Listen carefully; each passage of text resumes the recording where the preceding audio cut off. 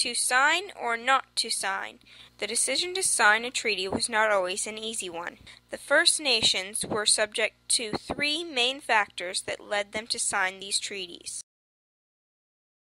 Number 1. Disappearance of the buffalo.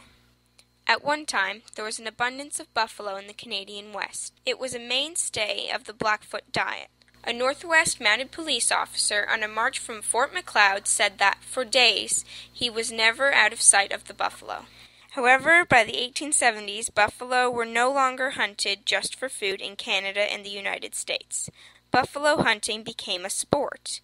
Many settlers wanted to get rid of the buffalo.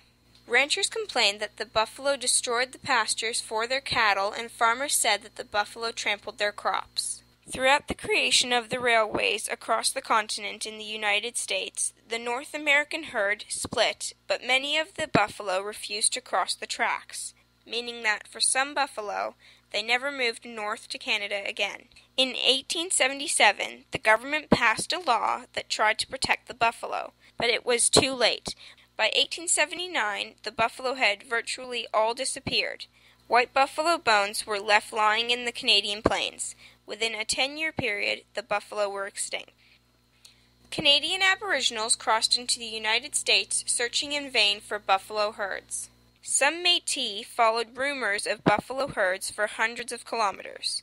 The lack of buffalo left the Plains First Nations with a food crisis.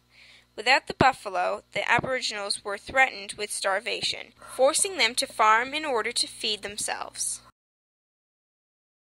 In order to farm, they needed reserves and the help of the Canadian government, leading them to sign treaties. Number 2. Increasing settlement. Prime Minister Sir John A. Macdonald's policy was to fill the Canadian West with settlers. In 1873, the Northwest Mounted Police were created by the Canadian government to supervise and bring order to Alberta and Saskatchewan, then dubbed the Northwest Territories. The Northwest Mounted Police made it safer for settlement to begin. The government began to encourage it more and more. As the railway moved farther west, the number of arriving settlers rose higher and higher. Calgary, Medicine Hat, Swift Current, Regina, and Moose Jaw grew up along the railway's path. The growth in settlement around them put the Aboriginals in a difficult position.